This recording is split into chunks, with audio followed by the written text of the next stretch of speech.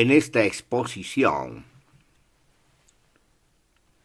que vamos a considerar que forma parte de oicologías propiamente dicho, es decir, ecologías, pero recuperando su raíz etimológica oikos, que vamos a titular además Un pueblo que no defiende la vida y que la destruye no merece existir. Este es un término que hemos usado varias veces, sobre todo refiriéndonos a la depredación, contaminación y destrucción de los ecosistemas por parte del hombre, para no incluir a las mujeres, para no hablar del ser humano, porque consideramos que se trata de las consecuencias del proyecto civilizatorio del hombre, del proyecto civilizatorio masculino. Un proyecto civilizatorio que se ha dado comienzo hace mucho tiempo. Y por lo tanto tendríamos que hablar de proyectos civilizatorios masculinos basados en el dominio del hombre sobre las mujeres y posteriormente, en la medida que se hace cultura, en la hegemonía del hombre, en la hegemonía masculina, en la hegemonía de las fraternidades masculinas, de las fraternidades de machos, que va a ir adquiriendo en las distintas civilizaciones que van a devenir perfiles y connotaciones, composiciones y sobre todo expresiones religiosas e ideológicas diversas. Quizás en la modernidad la expresión más demoledora, monstruosa, es la que corresponde al fundamentalismo religioso, que no solamente convierte a la mujer en objeto de satisfacción sexual, en objeto de la violencia más despreciativa de un hombre que cree que el mundo se ha hecho para el gozo del mismo y la mujer se ha hecho para el gozo del mismo y para someterla completamente. Hoy asistimos a la nueva toma de Kabul en Afganistán por los talibanes, que expresan precisamente uno de los fundamentalismos religiosos patriarcales más monstruosos. Y se oye decir por un lado y otro, como golpeándose el pecho y desgarrándose las vestiduras, ¿qué va a ser de las mujeres?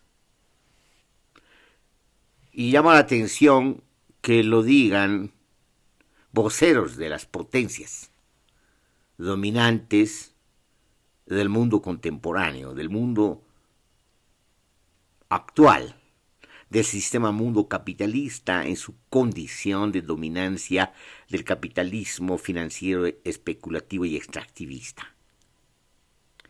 Llama la atención, pues estas potencias se las reconozca como capitalistas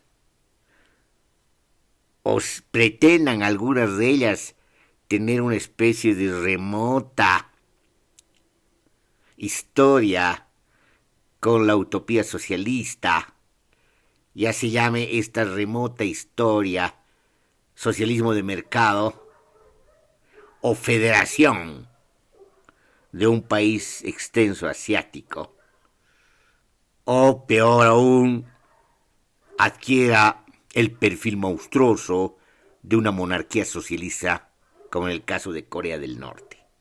Se llame lo que se llame. En realidad, son las potencias las que han armado al talibán, a la tribu de los talibanes, que en sus formas ideológicas y en sus formas religiosas, de una manera muy sesgada y particular de asumir el Corán, y en su forma ideológica, porque se ha ideologizado pues la religión, ha adquirido demoledoras formas de expresión violenta, demoledoras formas de expresión genocidas, etnocidas, feminicidas, obviamente democracidas y ecocidas. Demoledoras formas de expresión de lo que podemos llamar el asesinato humano a nombre de la religión. Esto obviamente se ha venido repitiendo en distintas religiones, sobre todo en las religiones monoteístas, las religiones del desierto, que son primas: la religión judía, la religión cristiana, la religión musulmana. Estas religiones del desierto que no aman la vida porque están en el desierto y emergen del desierto y tienen una concepción destructiva respecto de la vida, y tienen una concepción abstracta, muy abstracta, de lo que es el origen de la vida. Y esa concepción abstracta que viene de la filosofía, posiblemente de las filosofías orientales y posiblemente de la filosofía griega, que era de las filosofías orientales, esa concepción del uno que se expresa de manera muy clara en Parménides. Entonces, estamos pues ante la repetición intermitente de lo mismo, ante la repetición intermitente de una religión que odia la vida, que destruye la vida, una religión que además convierte en ángel exterminador al hombre que antes tenía una espada en la mano o una lanza y ahora tiene Kalashnikov o tanques o misiles.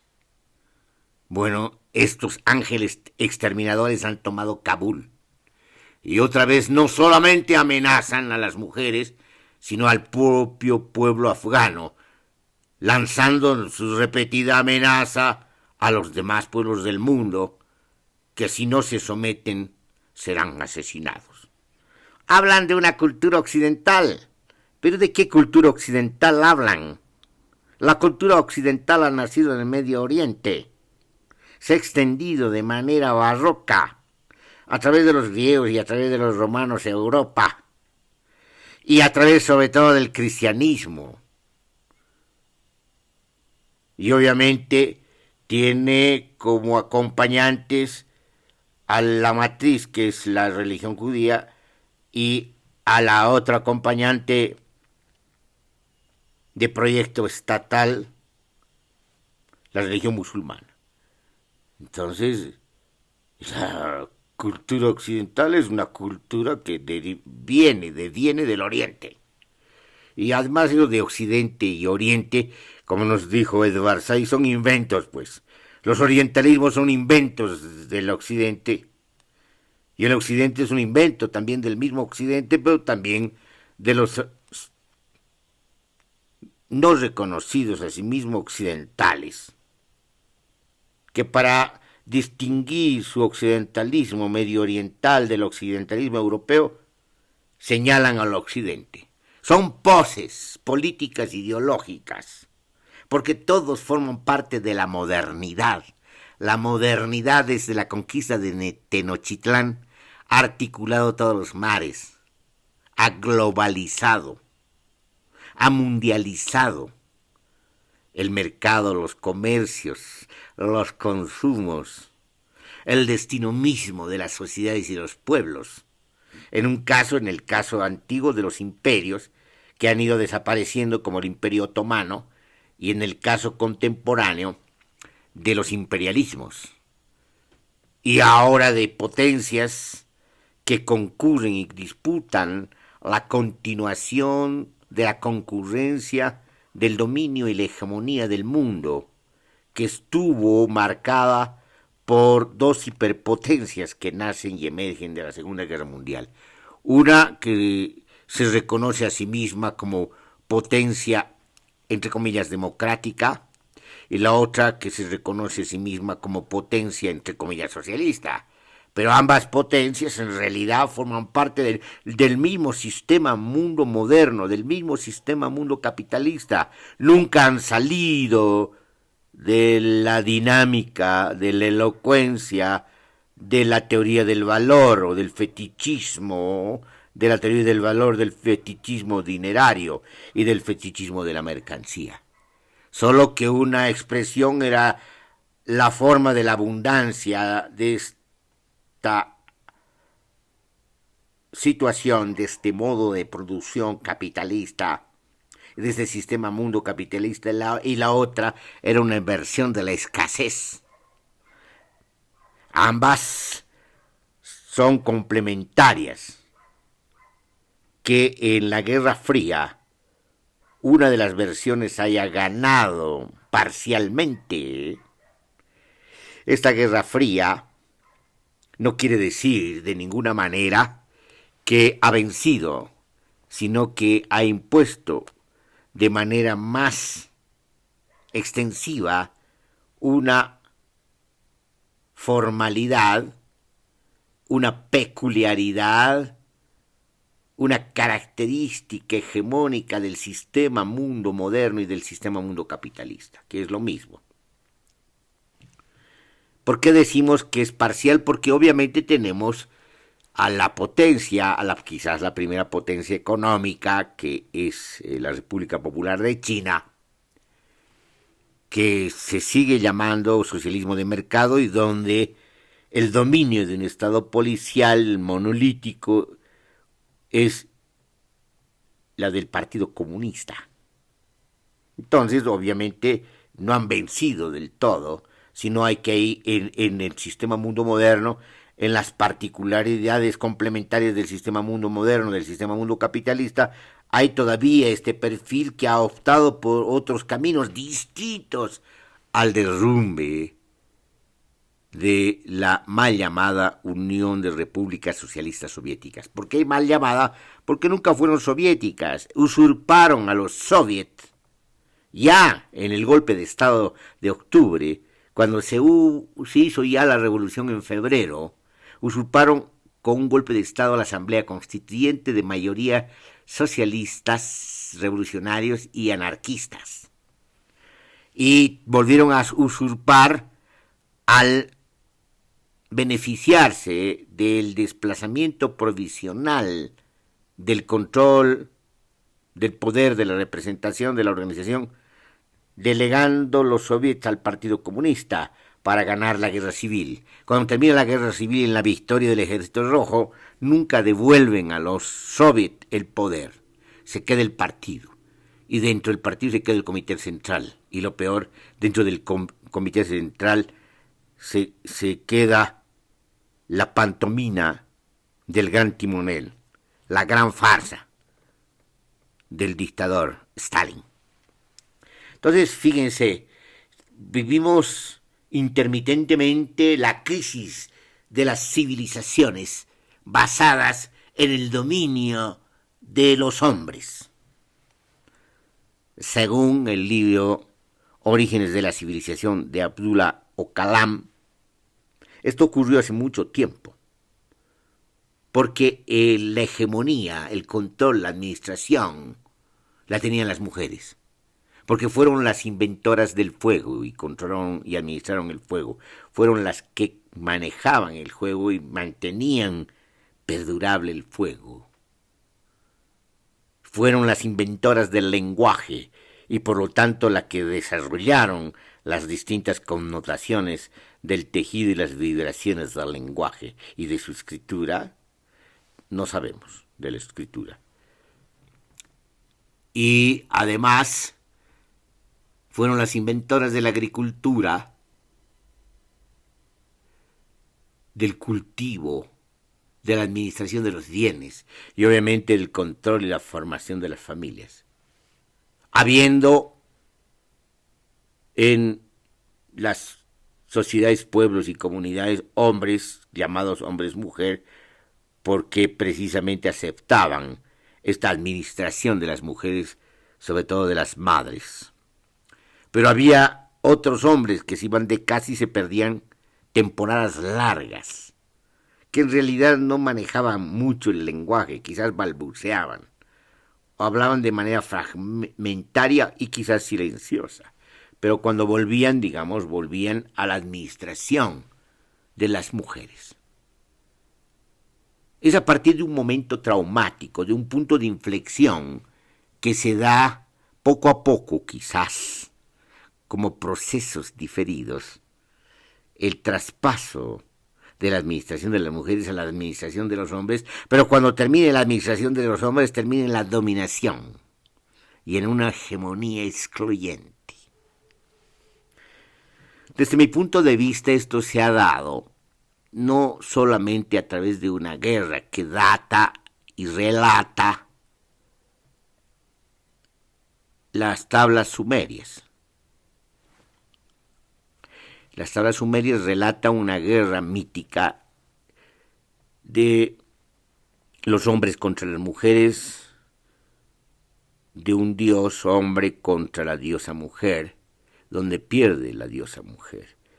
Ese relato mítico es una especie de memoria, pues, de este traspaso, de esta conquista de los hombres sobre el control de las mujeres y sobre las mujeres. Entonces, dicho de una manera descriptiva, obviamente hipotética, podemos suponer que esto se va dando poco a poco en los puntos de intersección de los recorridos nómadas, de los recorridos y circuitos nómadas, lugares y nucleamientos de intersección de estos recorridos que poco a poco se van dando como pequeñas ciudades y después se extienden, se convierten en ciudades metropolitanas de los imperios. Es decir, es ahí donde los hombres aprovechan en su estado sedentario, pero sobre todo de administradores del intercambio y por lo tanto de la equivalente circulatorio del intercambio abstracto que es el dinero. Es decir, donde se empieza a dar esa economía política que diferencia lo abstracto de lo concreto. Y se va a dar valor a lo abstracto y se va a desvalorizar lo concreto. En ese contexto, poco a poco los hombres van adquiriendo la posibilidad y se van colocando en lugares claves para lanzarse a la conquista de la administración de los bienes. Y por lo tanto van a fundar lo que se llama y se conoce el Estado, llamemos los orígenes del Estado, los orígenes de la genealogía del Estado. Y además van a fundar esto que llamamos civilización, es decir, sociedades y culturas fundadas en las ciudades, en el dominio de las ciudades, en el nucleamiento de las ciudades y en la irradiación abstracta de las ciudades sobre el resto de los territorios, convirtiéndoles en reinos y después en imperios. Entonces desde ahí obviamente nos lanzamos a lo que ya conocemos en la historia de la civilización y sobre todo en la globalización de estas civilizaciones en su forma más abstracta todavía, que es el sistema mundo capitalista, que tiene en su núcleo lo que Marx llamó el modo de producción capitalista, pero que solo puede darse como sistema mundo, es decir, donde un conglomerado de dispositivos económicos, estatales, culturales, ideológicos, terminan, digamos, conformando un sistema que habilita la acumulación originaria de capital que deriva en la acumulación amplia del capital. Entonces estamos, pues, ante esta repetición inaudita en distintos contextos mundiales, regionales, locales y obviamente nacionales. Y ahora volvemos a ver en sus formas extremas en Afganistán, donde ha habido incursiones desde hace mucho tiempo de las potencias imperialistas antes, que se han dividido el Medio Oriente, de las potencias llamadas socialistas, que considero de socialismo solamente llevan el nombre, eran imperialismos, o como llamaba Mao Zedong, social imperialismo, y después de la potencia única que queda, la hiperpotencia solitaria de los Estados Unidos de América. Entonces, ha habido incursiones de todo tipo, justificándose de todas maneras, y Afganistán es precisamente un objeto de este poder y de esta dominación de las potencias. Bueno, a estas potencias en realidad nunca les importó la situación de las mujeres. Estas potencias que se llaman sobre todo democráticas, nunca les importó la condición de las mujeres. Y obviamente la condición del pueblo afgano. Lo que les importaba era el juego de poder, los juegos de poder de sus geopolíticas miserables. Porque no son otra cosa que miserables. ¿Por qué?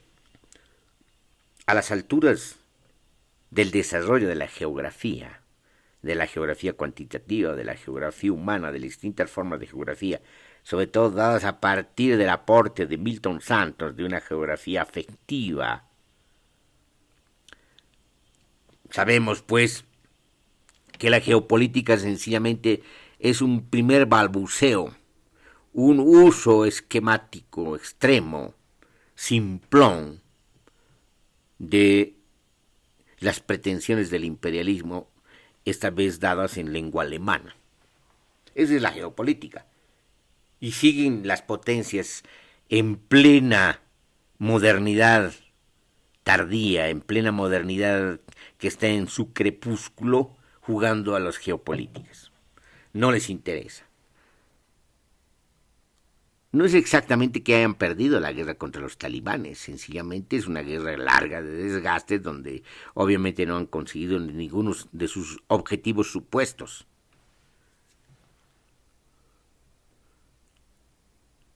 Lo que han decidido precisamente por la persistencia talibán, de la tribu talibán y de la forma musulmana fundamentalista talibán de negociar con ellos.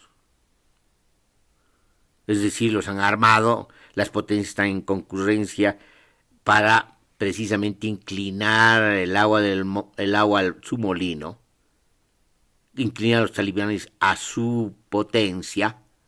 Están en concurrencia las potencias norteamericana, la potencia china principalmente, pero también está la rusa, están los europeos, la OTAN.